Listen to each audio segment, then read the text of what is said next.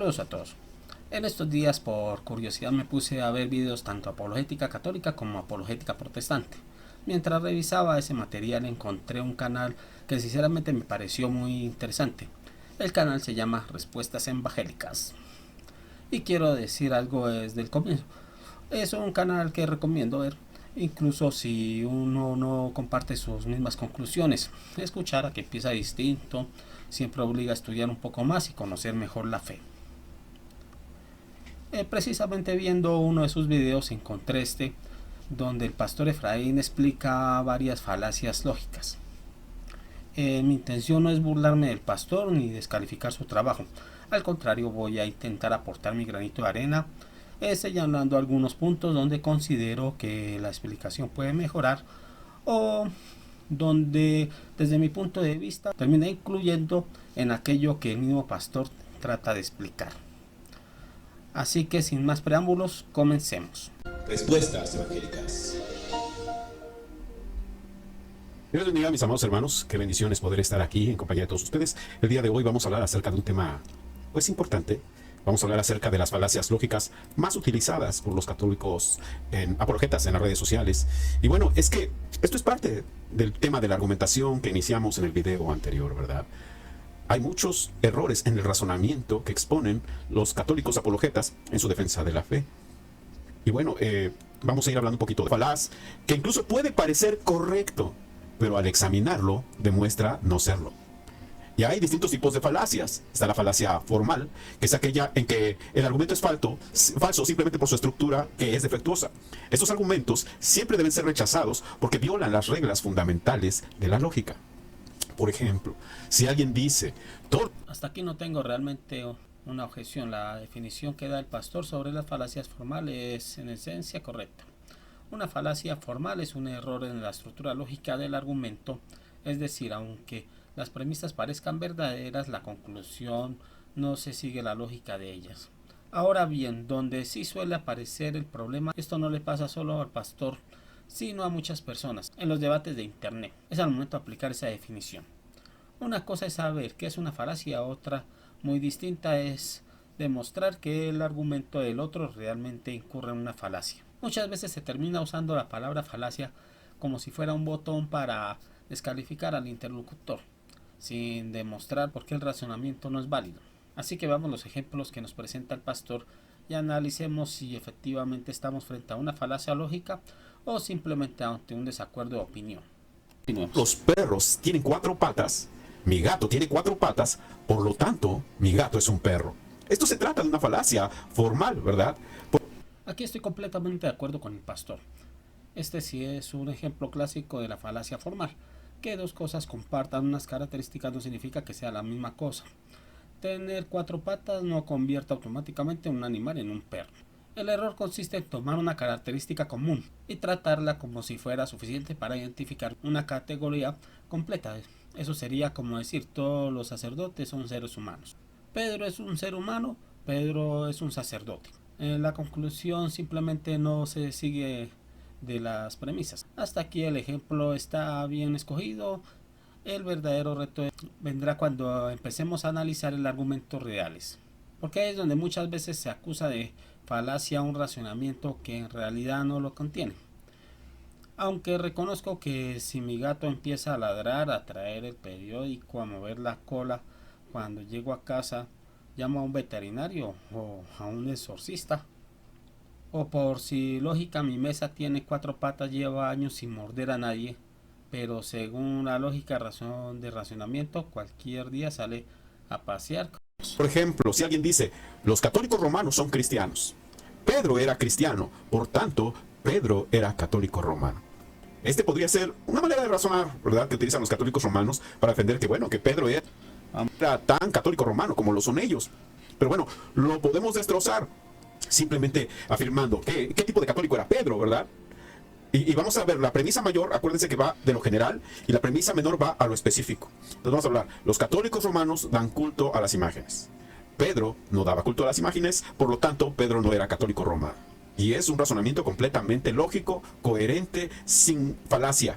Aquí es donde el pastor creo que mezcla dos cosas distintas, la lógica y la historia. La La estructura del razonamiento puede ser válida, pero la conclusión depende de las premisas que sean verdaderas, y precisamente ahí está el debate. Bueno, el pastor afirma de esa su lógica que porque Pedro no le daba culto a las imágenes, o por lo menos no aparece en la Biblia que Pedro le culto a las imágenes. Bueno, al fin y al cabo primero tenían que aparecer las imágenes por una cuestión de que la mayoría del pueblo, o sea, del cristianismo, incluso del mundo, era analfabeta, no leían no leían la Biblia, no tenían necesidad incluso de leer. Había gente especializada en leer y entonces las imágenes aparecieron reemplazando la lectura. Y ya el culto a las imágenes es representando el culto a lo que representan las imágenes. Bueno, y también porque hay muchas premisas que se pueden colocar ahí. Vamos a decir que los cristianos se la pasaban con Biblia debajo del brazo. Pedro no se la pasaba con Biblia debajo del brazo. Pedro no es cristiano. También los cristianos utilizan, los protestantes utilizan micrófono. Pedro no utiliza micrófono. Pedro no es cristiano. Entonces hay muchas otras formas para ver, utilizando algo bastante anacrónico para contemplar. Hay que mirarla históricamente cómo fue el asunto de las imágenes, porque de Pedro pues obviamente aparece, sí aparecen unas cartas, pero no aparece así toda la vida. Incluso hay muchas cosas que no quedan claras de Pedro, hay de cosas que quedaron por fuera, como la esposa de Pedro, algunos dicen que murió, por ahí hay otros que narran que incluso fue muerto, se fue también martirizada junto con Pedro. Menciona la hija, la cual tampoco la menciona así en la Biblia, pero por tradición menciona. Entonces hay que mirar más detalladamente eso y no hay que sacar a la conclusión así de patadita simplemente por ese asunto. Bueno. Porque realmente Pedro no daba culto religioso a las imágenes. Pedro no hablaba con los muertos para pedir su intercesión. Estas son doctrinas que sí, los católicos romanos utilizan. En alguna ocasión yo les preguntaba a los católicos romanos que entraban en mis videos, ¿no?, que me dijeran, ¿quién fue la primera persona que introdujo el culto relativo a las imágenes dentro del cristianismo? Y estas personas podrían investigar por 500 años y no van a encontrar quién fue el primero en introducir el culto religioso a las imágenes. Bueno, aquí el pastor hace una afirmación bastante fuerte. Dice que nadie puede encontrar quién introdujo las imágenes en el cristianismo. Pues el problema es que la arqueología parece no haber recibido ese comunicado. Cuando uno visita las catacumbas romanas se encuentra pinturas de Cristo, de la Virgen, de escenas bíblicas, de los primeros mártires cristianos. Estamos hablando de los siglos II y III, precisamente cuando la iglesia todavía era perseguida por el Imperio Romano. Entonces la pregunta cambia completamente. Ya no es quién inventó las imágenes, sino por qué los primeros cristianos las estaban utilizando. Si las imágenes hubieran sido consideradas idolatría, desde el principio lo lógico sería que no aparecieran precisamente en los lugares donde aquellos cristianos celebraban la Eucaristía y enterraban a sus mártires. Ahora bien, otra cosa muy distinta es afirmar que por existir una imagen ya están adorando la piedra o la pintura. Eso sería como decir que porque usted tiene una fotografía de su madre o de sus hijos o su esposa, está adorando el papel fotográfico. Nadie razona así, ¿verdad? Además, cuando hablamos del culto, hay que definir la palabra. En español no siempre significa adoración. También hablamos del culto a la persona, culto al héroe nacional o culto al cuerpo, que es el fisiculturismo. Nadie piensa que un fisiculturista adore sus bíceps como si fuera Dios. El término tiene distintos significados según el contexto. Así que antes de afirmar que alguien inventó las imágenes de siglos después, primero habría que explicar por qué ya aparecían en la arqueología cristiana desde los primeros siglos. Continuemos. Un verdadero desconocido. Pero defienden esa doctrina inventada por un desconocido, la defienden a capa y espada. Nosotros, como evangélicos, defendemos las doctrinas enseñadas por Jesús y sus apóstoles. Jesús en Mateo 4:10 dice claramente, al Señor tu Dios adorarás y solo a Él darás culto. Esto lo dice la Biblia de Jerusalén, Mateo 4:10. Nosotros sí sabemos quién dijo esto. Lo dijo Jesús. Bueno, aquí el pastor dice que ellos creen en lo que enseñó Jesús. Perfecto, yo también quiero creer todo lo que enseñó Jesús. Pero entonces seamos coherentes, no podemos escoger unas palabras de Cristo y dejar otras a un lado. Por ejemplo, Jesús también dijo en Juan 6, 53 al 56, si no coméis la carne del Hijo del Hombre y no bebéis su sangre, no tendrá vida en ustedes. Y el que come mi carne y bebe mi sangre permanecerá en mí y yo en él. Los católicos tomamos esas palabras muy en serio. De hecho, la doctrina de la Eucaristía se basa precisamente en esas enseñanzas de Cristo y en las palabras de la última cena. Entonces, si el argumento es nosotros creemos lo que dijo Jesús, la pregunta es, ¿lo creemos todos o solamente los pasajes que coinciden con nuestra interpretación? Porque sería muy incómodo hacer un menú bíblico de este versículo, si me gusta, este no, este lo tomo literalmente, este lo explico como símbolo, así cualquiera gana un debate. Jesús en Mateo 4:10 dice claramente, al Señor tu Dios adorarás y solo a Él darás culto. Esto lo dice la Biblia de Jerusalén, Mateo 4:10. Nosotros sí sabemos quién dijo esto. Lo dijo Jesús en el desierto, en Mateo capítulo 4. Nosotros podemos decir quién es el que dijo esta doctrina, ¿verdad? ¿Quién enseñó la doctrina que hoy? Bueno, aquí el pastor dice que ellos predican lo que enseñó Jesús. Amén. Los católicos también queremos predicar lo que enseñó Jesús. Pero hay un detalle muy curioso. En el desierto durante las tentaciones el mismo diablo citó la Biblia. Si Satanás también conoce las escrituras y las utilizó para intentar tentar a Jesús, el problema nunca ha sido citar la Biblia. El problema es interpretarla correctamente. Porque el diablo tomó un pasaje de los Salmos y lo utilizó fuera de contexto para apoyar su tentación. ¿Y qué hizo Jesús? No respondió diciendo, como citaste en un versículo ya tienes la razón. No. Jesús respondió con otra parte de las escrituras y mostró cuál era la interpretación correcta. Es cierto, el simple hecho de decir la Biblia lo dice no basta. También hay que preguntarse qué quiso decir realmente el autor inspirado, cómo entendieron ese texto los apóstoles y la iglesia primitiva. Continuemos. Los católicos romanos no podrán hacer esto en cuanto al culto relativo a las imágenes, por ejemplo, ¿verdad? Bueno, aquí ya me estoy yendo a otra. Bueno, andamos hablando nosotros de lo que son las falacias formales, ¿verdad? Habíamos dado el ejemplo de que todos los perros tienen 4 patas, mi gato tiene 4 patas, por lo tanto mi gato es un perro. Es un argumento falaz, es fácil de identificarlo, ¿verdad? Pero hay otro tipo de falacias, que son las falacias informales. Estas falacias son errores en el razonamiento que ocurren debido a un mal uso del lenguaje o del razonamiento lógico sin depender de la estructura formal del argumento. Dentro de estas falacias informales, tenemos la falacia ad hominem, que es el ataque a la persona. Consiste en atacar a la persona en lugar de abordar el argumento en sí mismo, ¿verdad? En lugar de que los apologetas católicos tomen nuestro argumento y lo ataquen. Bueno, aquí el pastor sí tiene razón. Esa es una falacia muy común. Y siendo sincero, la comete tantos católicos como protestantes. Un ejemplo clásico sería tal papa fue pecador, tal sacerdote cometió un delito, tal obispo hizo esto, aquello. Luego la iglesia católica es falsa. Ese sí sería un verdadero ad hominem. ¿Por qué? Porque en vez de responder la doctrina se ataca a la persona que pertenece en ella. Es como decir un médico se enfermó y murió, por lo tanto la medicina es falsa. O un profesor de matemáticas robó un banco, por lo tanto 2 más 2 ya no son 4. No tiene ningún sentido, ¿verdad?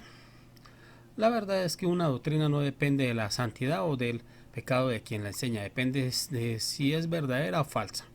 Si ese fuera el método para descubrir la verdad, entonces tendríamos que cerrar hospitales porque algún médico se enfermó, cerrar universidades porque algún profesor hizo fraude, cerrar todos los juzgados porque algún juez aceptó sobornos. La lógica no funciona así, ¿verdad? De hecho, el mismo Jesús escogió a Judas Iscariote como uno de los 12, visto en Mateo 10 del 1 al 4, en Marcos 3, 13-19 y en Lucas 6, 12-16. Y Judas terminó traicionándolo. Sin embargo, nadie concluye que porque Judas cayó, entonces Jesucristo era un falso maestro. La traición de Judas demuestra precisamente lo contrario, que puede haber personas infieles dentro de una institución sin que eso valide la verdad de lo que esa institución enseña. Continuemos. Se van a atacar a la persona, ¿verdad? En alguna ocasión yo formulaba la pregunta a un católico apologeta: ¿podrías mostrarme en qué momento Jesús y sus apóstoles fomentaron o practicaron el culto relativo a las imágenes? Aquel católico me dijo: eres un hereje, eres un aborto de Lutero, ¿cómo te atreves a cuestionar la doctrina de la iglesia? Entonces, en ningún momento abordó mi argumento, mi pregunta. No me dio ninguna respuesta, ¿verdad? Cuando nos enfrentemos ante este tipo de falacia, lo mejor que podemos hacer es exhibir, ¿verdad? Hacer evidente que se nos está insultando, que se está atacando a nuestra.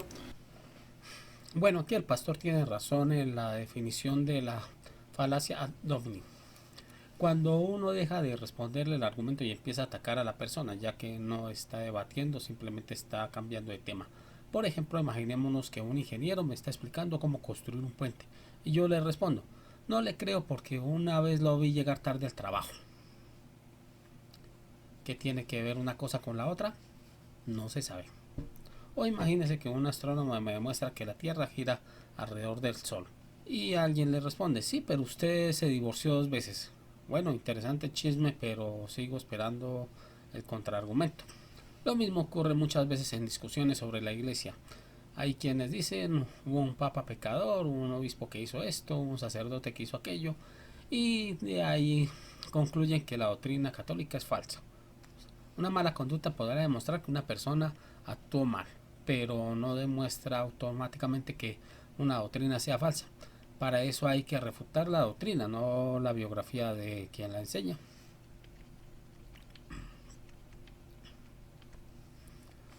Y ojo, esto aplica para todos. Si un católico responde llamado hereje a un protestante en lugar de contestar con la Biblia e historia, también están cayendo en la misma falacia, cambiando los argumentos por insultos.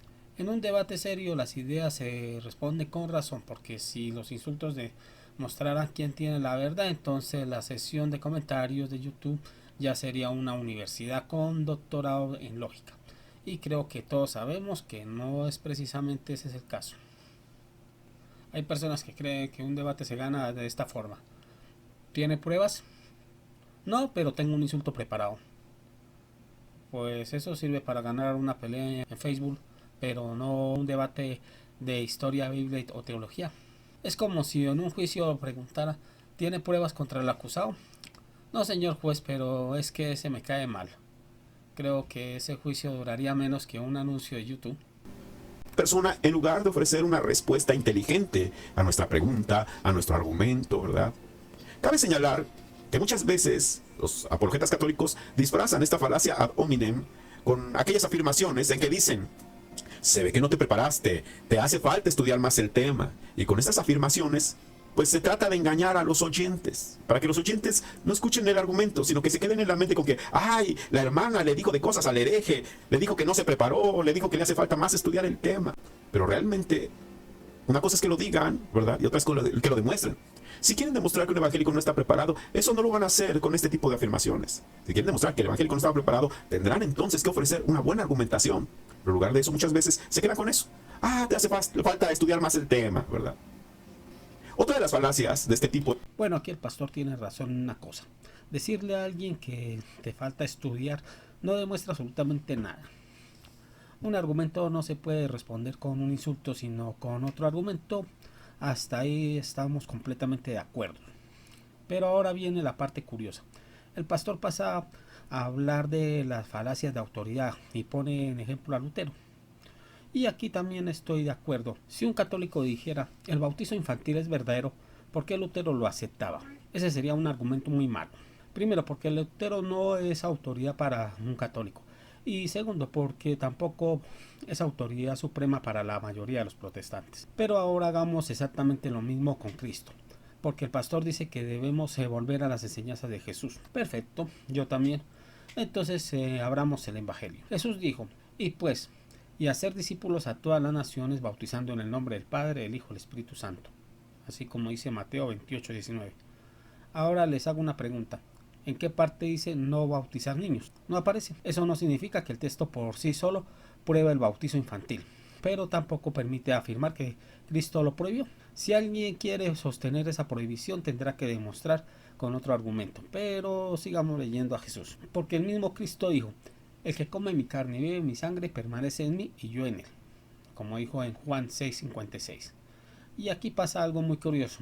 Cuando un católico cita Juan 6, inmediatamente aparecen 20 explicaciones diciendo que todo era simbólico, pero cuando el pastor cita Mateo 4:10, es que es la que dice, Entonces Jesús le dijo: vete, Satanás, porque escrito está: al Señor tu Dios adorará y solo a él servirás. O en Mateo 28:19.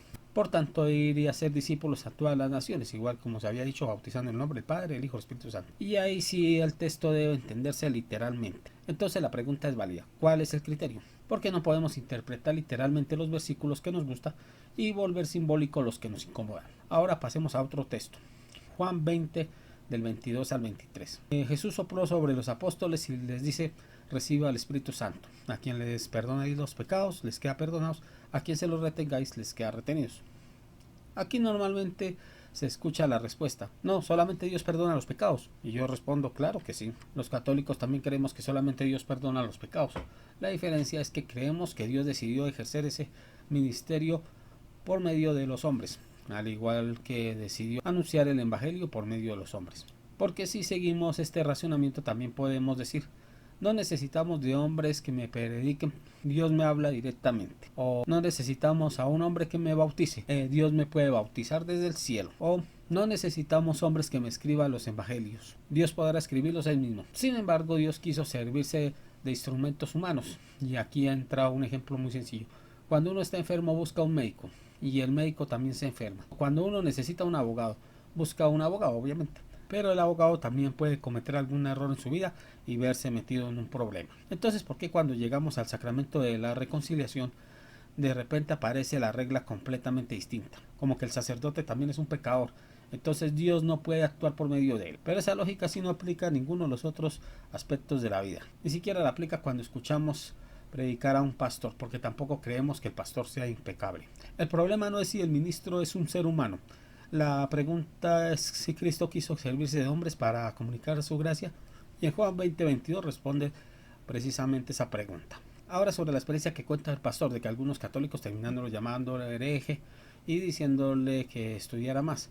No comparto los insultos, pero también hay que decirlo la otra mitad de la historia, porque muchas veces una discusión termina calentándose cuando una persona hace varias preguntas y la otra solamente responde una, deja las demás sin contestar y cambiando repentinamente el tema, como se ha visto que ha hecho el pastor en todo el video. Después de media hora de conversación, cualquiera termina perdiendo la paciencia, y eso explica la reacción, no la justifica. Y precisamente por eso yo prefiero responder con historia, con Biblia y con lógica, porque al final no gana quien grita más fuerte, gana quien demuestre mejores argumentos. Que tengan un sólido sustento en la palabra de Dios. Pero yo como pentecostal puedo decir que mi norma de fe y conducta, mi norma infalible de fe y conducta es la palabra de Dios, las Sagradas Escrituras. Bueno, aquí el pastor dice que su norma infalible de fe y conducta es la palabra de Dios. Perfecto. En eso todos los cristianos estamos de acuerdo. El problema viene cuando esa norma termina siendo la Biblia, menos los textos que no encajan con su interpretación. Porque cuando Jesús dijo: id y hacer discípulos míos a todas las naciones, y bautizándolos, y ya saben, en nombre del Padre, el Hijo y el Espíritu Santo, como decía Mateo 28:19, ese texto sí debe entenderse literalmente. Pero cuando Jesús dice: el que come mi carne y viva mi sangre, tiene vida eterna, como dice en Juan 6. Entonces ahí aparece 20 explicaciones diciendo que era un símbolo. O cuando Jesús dice: a quien perdone los pecados les queda perdonados, y ya sabe el resto, como en Juan 20:22. Entonces ya no significa lo que dice. Cuando San Pablo dice: este es mi cuerpo, en la primera carta a Corintios 11, entonces tampoco. Es curioso, los textos que apoyan sus doctrinas son literalmente los que apoyan las doctrinas católicas. ¿Necesita una explicación de media hora para demostrar que en realidad Jesús quería decir otra cosa? Entonces la pregunta no es quién cree en la Biblia, la pregunta es con qué criterio decide qué versículo es literal y cuál es simbólico. Porque ese criterio no viene escrito en la Biblia. Y otra cosa me llama la atención: el pastor menciona a Lutero, pero él mismo no es luterano, es pentecostal. Entonces uno se pregunta, ¿por qué no es luterano? Precisamente el luteranismo conserva muchas cosas de la iglesia antigua: el bautismo infantil, unas liturgias y cierta estructura eclesiástica. Con el pasar de los siglos fueron apareciendo nuevos movimientos que quisieron separarse cada vez más del catolicismo, y algunos terminaron alejándose tanto que ya empezaron incluso a reinterpretar los milagros de Jesús.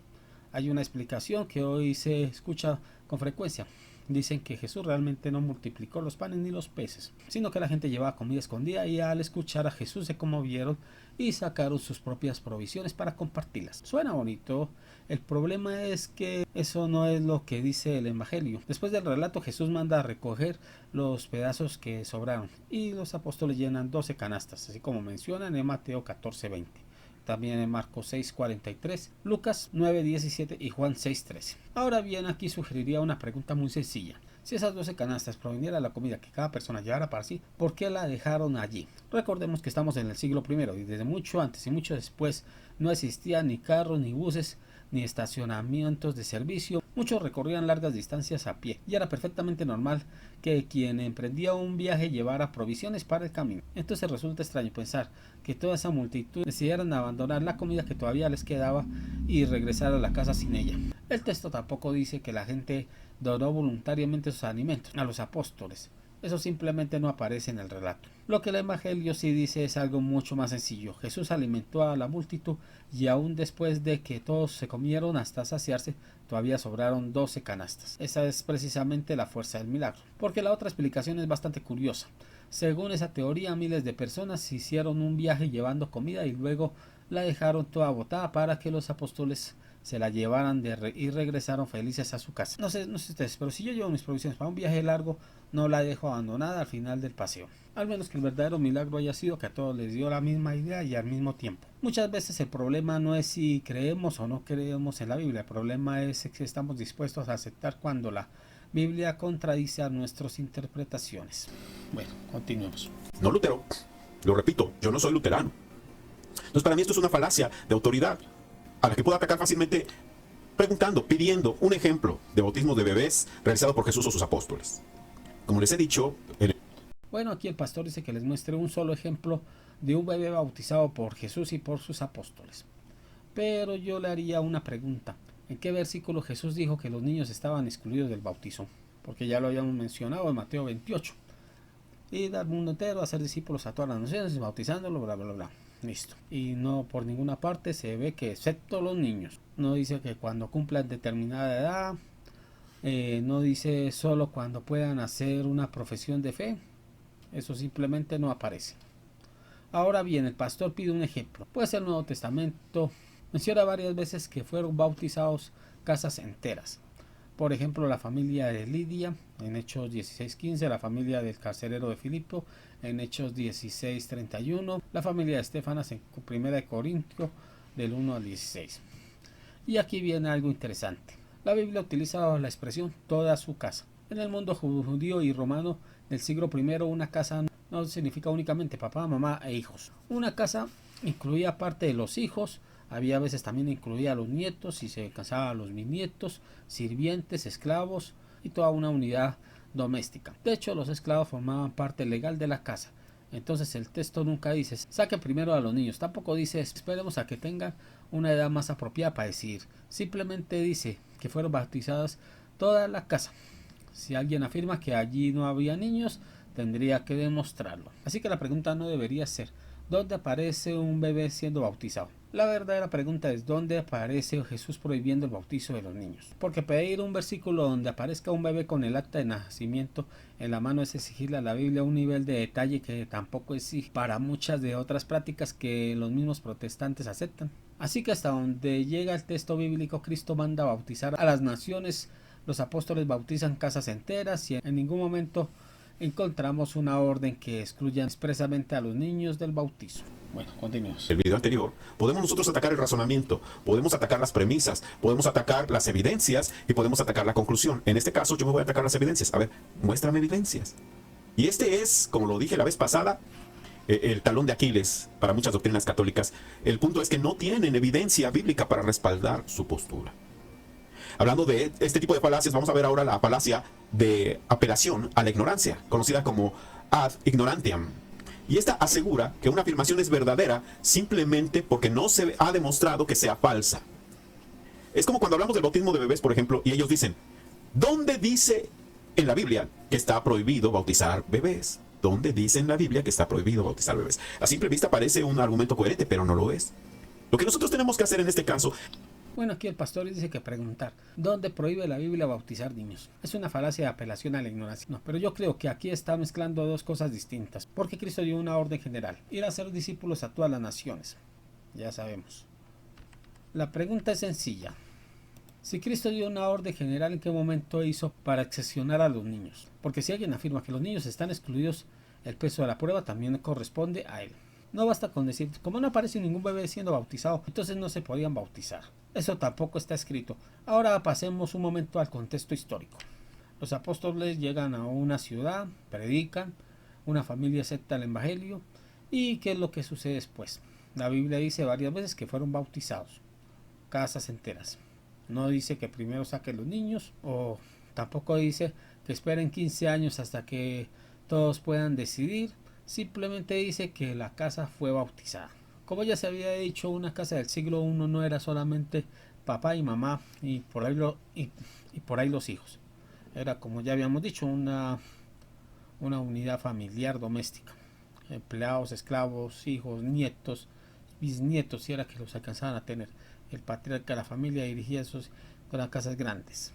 Además hay algo que a veces olvidamos. En Hechos 2, 38 al 39, Pedro dice, arrepentidos y bautícense cada uno de vosotros, porque la promesa es para vosotros y para vuestros hijos. Es interesante que Pedro no presentara la promesa como algo limitado únicamente a los adultos. Menciona expresamente a los hijos. Y aquí entra otro punto importante. Los padres siempre han tenido la responsabilidad de educar a sus hijos. Eso ocurría en el pueblo de Israel y también ocurría en la iglesia cristiana. Cuando un niño nacía dentro del pueblo de Israel, nadie decía, esperemos a que cumpla unos 18 años para ver si quiere pertenecer al pueblo de Dios. No, señor. Al octavo día era circuncidado, como lo menciona en Génesis 17, 12 o en Levíticos 12, 3. Después era educado en la ley. La decisión de formarlo en la fe recaía exactamente sobre los padres. El bautizo funcionaba de manera semejante como rito de incorporación a la nueva alianza. Los padres presentan al niño y luego tienen la obligación de educarlo en la fe cristiana. No se bautiza porque el niño ya tiene toda la teología. Se bautiza precisamente para que crezca dentro de la comunidad cristiana. A veces el argumento parece como este. No bautizan a los niños porque ellos todavía no pueden decir. Bueno, perfecto. Entonces tampoco le enseñamos español, ni matemáticas, ni respetar a los demás. Esperemos a que tenga 20 años y que él decida si quiere aprender a hablar. Obviamente que nadie educaría así a sus hijos. Los padres toman miles de decisiones antes de que un niño pueda elegir por sí mismo. Le ponen nombre, le escogen dónde vivir, qué van a comer, qué escuela tendrá, qué valores recibirá. Entonces resulta curioso que justamente en lo relacionado con Dios, ahí sí no decían nada. Bueno, el paralelo con la circuncisión, y aquí encuentro un paralelo muy interesante. La circuncisión incorporaba al niño al pueblo de la antigua alianza. No esperaban a que el niño quisiera ser israelita. Era incorporado desde pequeño y luego era educado en la fe de Israel. De mismo modo, el bautizo incorpora a los niños a la nueva alianza. Y después corresponde a los padres enseñarles su fe. Eso explica por qué los primeros cristianos bautizaban familias completas y por qué desde los primeros siglos encontramos testimonios del bautizo infantil en la iglesia. Es que debemos exhibir el error del razonamiento. Como les dije, lo repito, podemos atacar el razonamiento, podemos atacar las premisas, podemos atacar la evidencia o podemos atacar la conclusión. En este caso vamos a atacar el razonamiento, que es un razonamiento falaz, que recubre al lo que no está prohibido, está permitido. Pero esto es un caldo de cultivo para las herejías, porque con este mismo tipo de argumento, un cocainómano podría defender su vicio usando exactamente esas mismas palabras. ¿Dónde dice en la Biblia que está prohibido consumir cocaína? Bueno, aquí el pastor hace una comparación que aparentemente suena un poquito fuerte, pero cuando la miramos con calma resulta que el pastor está comparando peras con ladrillos. Dice que en donde la Biblia está prohibiendo el consumir cocaína. Pues claro que la Biblia no menciona la cocaína, tampoco menciona la heroína o el fentanilo o las bombas atómicas, los teléfonos celulares o el internet. ¿Eso significa que la Biblia no tiene nada que decir sobre esos temas? Pues claro que no. La Biblia enseña principios. Por ejemplo, San Pablo dice, ¿no saben que su cuerpo es el templo del Espíritu Santo? Como lo dice en la primera carta de Corintios del 6 al 19. También dice, no se emborrache con vino, como muestra en Efesios 5, 18. Y San Pedro pide ser sobrios y vigilantes, como menciona la primera carta de San Pedro del 5 al 8. Es decir, que la escritura condena todo aquello que destruye la razón, esclaviza a la persona y daña el cuerpo que Dios nos dio. Entonces no hace falta que aparezca la palabra cocaína para entender que consumir drogas que destruye la vida va contra esos principios. Incluso el libro de Eclesiástico o Siracida da un ejemplo muy importante e interesante. Es una enseñanza que dice, en esencia, cuando celebre una fiesta no pongas tu confianza en un borracho porque no busca compartir contigo la alegría, busca beber. Es una forma muy práctica de mostrar cómo el vicio termina dominando a las personas. Es decir, la Biblia no condena únicamente una sustancia concreta, condena el desorden, la esclavitud, el pecado y los excesos que destruyen al ser humano. Ahora bien, lo curioso es que ese ejemplo no demuestra nada sobre el bautizo infantil, porque el bautizo infantil no es una droga, no destruye el cuerpo, no produce adicción, no lleva a cometer delitos, no hace perder la razón. Entonces, ¿qué tiene que ver una cosa con la otra? Es como si alguien preguntara, ¿es correcto vacunar a un niño? Y otro responde, pues tampoco dice en la Biblia que esté prohibido fabricar bombas nucleares. Uno se queda pensando, ¿y eso qué tiene que ver? Son temas completamente distintos. El bautizo debe discutirse mirando los textos sobre el bautizo, la gran comisión, como en Mateo 28:19, los bautizos de familias enteras, como hay en Hechos 16:15, o en 1 Corintios del 1 al 16, la relación entre el bautizo y la circuncisión en Colosenses 2:11 al 12, y la práctica historia de la iglesia, no comparándolo con un arco moderno. Tampoco eso impresiona mucho, pero muestra muy poco. La Biblia no menciona todas las situaciones concretas de la historia, pero sí contiene los principios morales con los que el cristianismo puede juzgar esas situaciones. Pues el que no esté prohibido no quiere decir que esté permitido. Lo mismo pasa con el bautismo de bebés. El que no esté prohibido no quiere decir que esté permitido. Estas dos conductas podrían no estar prohibidas en la Biblia, pero eso no significa que esté. Bueno, sigo diciendo que me parece que el pastor hizo una comparación bastante desafortunada, porque está comparando bautizo de niños con el consumo de cocaína. Y sinceramente son dos cosas que no tienen absolutamente nada que ver. Una cosa es un vicio que destruye la salud, puede generar dependencia y traer consecuencias sociales gravísimas. La otra es un sacramento instituido por Jesús. Es más razonable comparar una ambulancia con un ladrón de carros. El consumo de drogas nunca fue enseñado por Cristo, nunca fue recomendado por los apóstoles y jamás fue considerado un medio de gracia. En cambio, el bautizo sí, Cristo lo ordenó claramente. Ya saben, ir y bautizar a todas las naciones en Mateo 28. Entonces la pregunta ya no es si hay que bautizar o no hay que bautizar. Eso Cristo ya lo resolvió. La verdadera discusión es a quiénes incluyen ese mandato. Y ahí podemos debatir. Se incluye solamente a los adultos, se incluye también a las familias, si la práctica de la iglesia primitiva fue bautizar únicamente creyentes, adultos o también a los hijos de los creyentes. Ese sí es el debate, pero comparar el sacramento con una droga, la verdad me parece que no ayuda mucho a la discusión. De hecho, creo que el pastor tenía un argumento bastante más fuerte que podía haber utilizado, podía haber citado un ejemplo, Marcos 16:16. El que crea y sea bautizado se salvará. O los pasajes donde primero se anuncia el evangelio y luego vienen a bautizarse.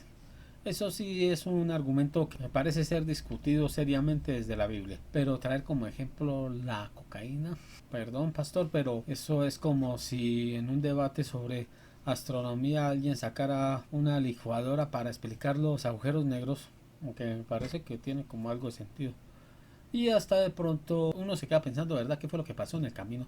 Ahora bien, desde la posición católica la respuesta también existe, porque el mandato de Cristo es bautizar. Los hechos de los apóstoles muestran el bautizo de familias enteras, como ya se había mencionado, como en Hechos 16, la primera carta de Corintios. San Pablo relaciona el bautizo con la circuncisión, como ya se había dicho, Colosenses del 2 al 11. Y la iglesia en los primeros siglos continuó esa práctica, así que el debate no es ese. El debate verdadero es cómo entendieron los apóstoles el mandato de Cristo y cómo lo entendieron los primeros cristianos.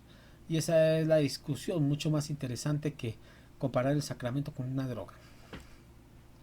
Literalmente, esto no significa que esta sea una conducta permitida. Entonces, si la Biblia no prohíbe el consumir cocaína, no prohíbe el bautizar bebés, no prohíbe el dar culto relativo a la Santa Muerte, esto no significa que estas tres conductas sean permitidas. Este es un razonamiento falaz, que es un caldo de cultivo. Bueno, aquí sí creo que el pastor mezcló dos temas que no son comparables. Una cosa es el bautizo, que fue mandato directo de Jesús, ya saben. Y otra distinta es el culto a la mal llamada Santa Muerte. que Jesús jamás enseñó, jamás practicó y que además contradice el mensaje del evangelio. Ahí sí le doy la razón al pastor, la mal llamada Santa Muerte. No tiene que ver con el cristianismo. Pero precisamente por eso la comparación no funciona. Es como si alguien dijera que tiene en común un hospital con una fábrica de autos. Pues que ambos tienen edificios. Sí, tienen edificios. Pero hasta ahí llega la comparación. O el parecido.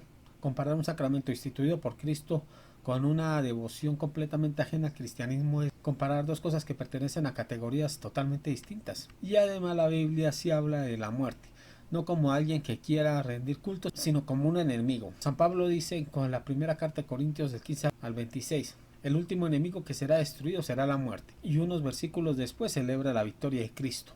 ¿Dónde está la muerte, tu victoria? Primera de Corintios 15:55. Es decir, el cristiano no adora la muerte, el cristiano celebra que Cristo haya vencido a la muerte. Entonces usar la Santa Muerte como ejemplo para discutir el bautismo me parece una comparación bastante desafortunada, por no decir horrible. No, y con el ejemplo anterior pasa algo parecido. Comparar el bautizo con el consumo de cocaína tampoco ayuda mucho en el argumento. Porque consumir cocaína nunca ha sido un mandato de Cristo, nunca fue un sacramento, nunca fue presentado como un medio de gracia ni aparece tampoco en las prácticas de la Iglesia Apostólica. En cambio, el bautizo sí fue un mandato explícito del Señor. La verdadera discusión no es si está prohibido o permitido, esta no es la pregunta importante. La pregunta correcta es a quién mandó Jesucristo a bautizar. Ahí es donde está el debate serio. Porque si el argumento es que primero debe existir una profesión explícita de fe, entonces discutamos esos textos, pero poner al mismo nivel un sacramento cristiano y una práctica claramente contradictoria al cristianismo, eso produce más impacto que lógica. Es como querer demostrar que un barco y una bicicleta son iguales porque los dos sirven para transporte. Pues sí, técnicamente los dos transportan, pero intenta cruzar un mar en bicicleta y luego nos cuenta cómo le fue. Como evangélicos, estamos vacunados para no caer en ese tipo de cultos a la Santa Muerte, por ejemplo. Porque para nosotros no doblamos rodillas a nadie más que no sea Dios nuestro Señor. Nosotros no agachamos nuestro rostro ante una imagen para darle culto. Bueno, aquí me surge una duda bastante curiosa. El pastor acaba de decir que ellos jamás se arrodillan delante de alguien que no sea Dios. Pero entonces vemos aquí que hay personas que se arrodillan frente a un pastor mientras él les impone las manos. Ojo, yo no voy a decir que ellos están adorando al pastor. No voy a cometer ese error, porque yo entiendo perfectamente que arrodillarse no significa automáticamente adorar. Puede ser una señal de respeto, de oración, de recibir una bendición o de humildad delante de Dios. Precisamente ese es el punto. Es curioso cuando el protestante se arrodilla delante de un pastor, inmediatamente aparece 20 explicaciones, está recibiendo una oración, está buscando a Dios, es un acto de humildad. Pero cuando un católico se arrodilla delante de un crucifijo, ya no existe 20 explicaciones, solo existe una. Está orando una estatua. Qué veloz para llegar a una conclusión. ¿Y Sherlock Holmes resolvería un caso tan rápido? Los católicos distinguimos entre adoración que pertenece únicamente a Dios y los gestos externos de respeto o veneración. Ustedes también hacen esas distinciones en muchos contextos. Entonces el debate no debería ser si está de rodillas o no, sino a quién va dirigida realmente esta oración de corazón. Creo que esta respuesta es bastante más sólida porque no causa falsamente personas de las imágenes de adoración al pastor. En cambio muestra una posible inconsistencia en el criterio. Si el gesto de arrodillarse no basta para demostrar la oración, tampoco basta por sí mismo para demostrarlo en otro. Culto. Pero bueno, muchos católicos de a pie, de aquellos que son muy ignorantes en la fe, cuando les presentan otra imagen, pues es una raya más para el tigre, ¿verdad? Ya están acostumbrados a dar culto a las imágenes y bueno, pues se arrodillan, le dan culto. Porque están acostumbrados, no están vacunados contra la idolatría. Entonces, bueno, esto de que lo que no está prohibido está permitido, esto de, ¿y dónde dice en la Biblia que no? Esto es un caldo de cultivo para las herejías. Es como si yo me enojara porque alguien se comió mi sándwich que había yo dejado en el refrigerador del trabajo. Y cuando yo le cuestionara a mi compañero, oye, ¿por qué te comiste mi sándwich? Él me diría, es que tú en ningún momento me dijiste que no me lo comiera. ¿Ven? Es ese tipo de argumento falaz. Pero bueno, ya lo estamos aquí identificando para que sepan ustedes qué hacer, sepan identificar el argumento, sepan identificar el error del razonamiento y ataquen ese razonamiento. Hay otro error falaz que cometen muchas veces los católicos de a pie, ¿verdad? Que es la falacia de falsa causa. Asumen incorrectamente que porque un evento sigue a otro, el primero es causa del segundo. Como aquel católico de a pie que dice, cada vez que uso esta medallita milagrosa, mi equipo gana. Así que si quiero que gane mi equipo, debo usar esta medallita milagrosa. ¿Verdad? Es un tipo de razonamiento falaz. No sé si alguno de ustedes haya visto Los Simpsons, cuando Lisa se burla de su papá Homero y le dice, mira, con esta piedrita, es una piedra que ahuyenta a los tigres. Cada vez que la agarro, ningún tigre se atreve a acercarse a mi persona. Y Homero dice, ay, te la compro, te la compro. ¿Verdad? Es este error que muchas veces cometen, en la falacia de falsa causa. Y muchas veces han recurrido los mismos sacerdotes a esto, ¿no? Mira, esta medallita milagrosa, ¿verdad? Cuando yo la utilicé me fue muy bien. Ahora quiero que te vaya muy bien. Aquí tienes esta medallita milagrosa. Bueno, aquí también hay que hacer una aclaración. Si una persona cree que una medalla tiene poderes mágicos y que por sí sola hace ganar un partido de fútbol, pues sí está cometiendo una superstición, y la Iglesia Católica también rechaza esas ideas. Una medalla no reemplaza a Dios. Pero aquí viene lo curioso. El pastor habla de las falacias de falsa causa. Y esa misma falacia también puede aparecer en otros lados. Por ejemplo, durante la pandemia vimos de todo. Había personas convencidas que quemando ciertas hierbas impedirían el contagio. Otros decían que ciertos remedios caseros eran infalibles. Otros afirmaban que determinado líquido o determinado ritual de limpieza los hacía inmunes. ¿Y qué ocurrió? Que algunos que hicieron todo eso, algunos ni se enfermaron, otros se enfermaron. Otros que no hicieron nada de eso, algunos se enfermaron y otros nunca se enfermaron. ¿Significa eso que esas prácticas eran la causa? No, hace falta demostrar la relación de las causas y el efecto. Eso es precisamente lo que el pastor acaba de explicar. Una cosa es que dos hechos ocurran juntos y otra distinta es demostrar que uno produjo el otro. Les voy a contar una experiencia que viví personalmente. Mi jefa pertenecía a una iglesia evangélica. Tenía una tía de más de 80 años. La señora estaba muy enferma. Llegó el pastor, fue allá a la casa, oró por ella. Hasta allí perfecto. Lo que me sorprendió fue que dijo delante de mi jefa, y según parece le contó a toda la familia, tranquila, la señora se va a levantar. No dijo confiemos en la voluntad de Dios, no dijo damos fortaleza para la familia. No, afirmó que la señora se iba a recuperar. Pues la señora falleció a los pocos días y la familia quedó destrozada, no solamente por la muerte, sino porque habían creído una expectativa que nunca debió creerse. En la Iglesia Católica, cuando un sacerdote administra la unción de los enfermos, no está prometiendo que esa persona se va a curar. Está poniendo al enfermo en manos de Dios. Si Dios concede la salud, bendito sea Dios. Y si Dios lo llama a esa persona a la vida eterna, también confiemos su voluntad. Esto es muy diferente a garantizar un milagro. También recuerdo otro caso que salió en las noticias. Una familia de evangélicos, se le había muerto un familiar. No recuerdo cuál familiar era, sí, creo que era un tío, no recuerdo. Y tenían el cadáver en la casa y estaban esperando que éste resucitara porque según ellos le tenían fe a sus oraciones. Obviamente las autoridades intervinieron cuando empezó a notarse el olor en el barrio. Entrevistaron a un sacerdote y un pastor. El sacerdote dijo algo muy prudente: hay que aceptar la realidad y no hubiera entregado el cuerpo para preparar el funeral.